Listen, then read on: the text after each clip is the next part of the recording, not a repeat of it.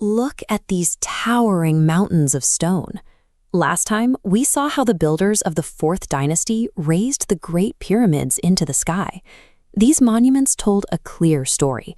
By making people look like tiny figures, the pharaoh showed they held absolute power over Egypt's sand. Hi, I'm Merritt, and while my homeland still looked mighty and strong, a quiet change was about to happen beneath the surface of these giant stones.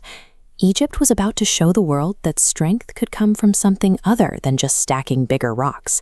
This is the Fifth Dynasty. Egypt was still wealthy and powerful, but our leaders started to focus on things we had never seen before. Instead of spending all their time and gold on the tallest tomb possible, the new pharaohs looked for power in the sky, across the sea, and inside the pyramids themselves. The pharaohs were looking for new ways to keep our country running and our culture strong.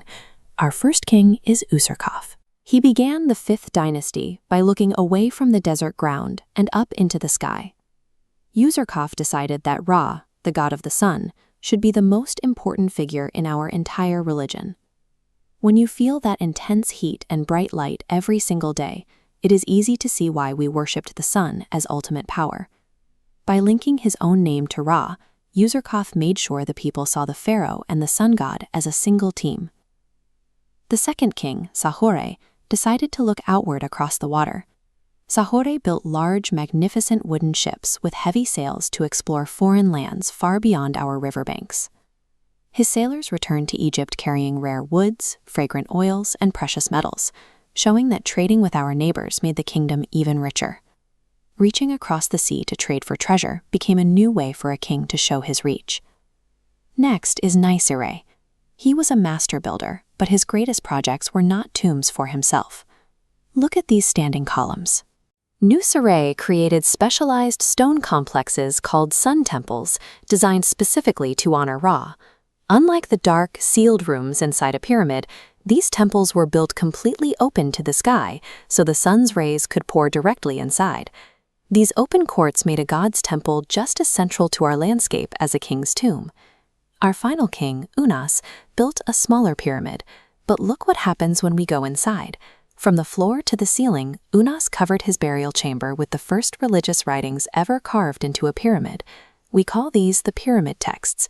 They are magical spells designed to guide and protect the king as he travels into the afterlife.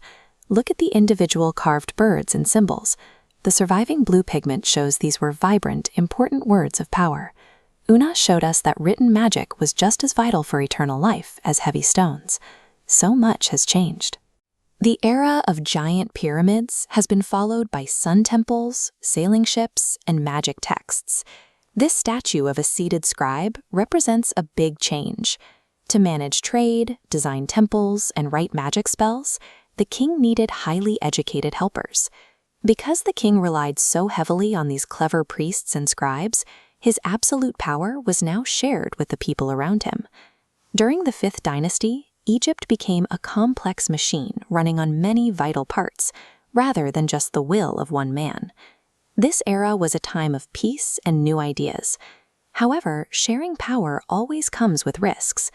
As more officials and local leaders gain wealth, the pharaoh's tight grip on the country begins to loosen. Soon, the incoming Sixth Dynasty will show us what happens when the total control of the pharaoh begins to crack. See you next time.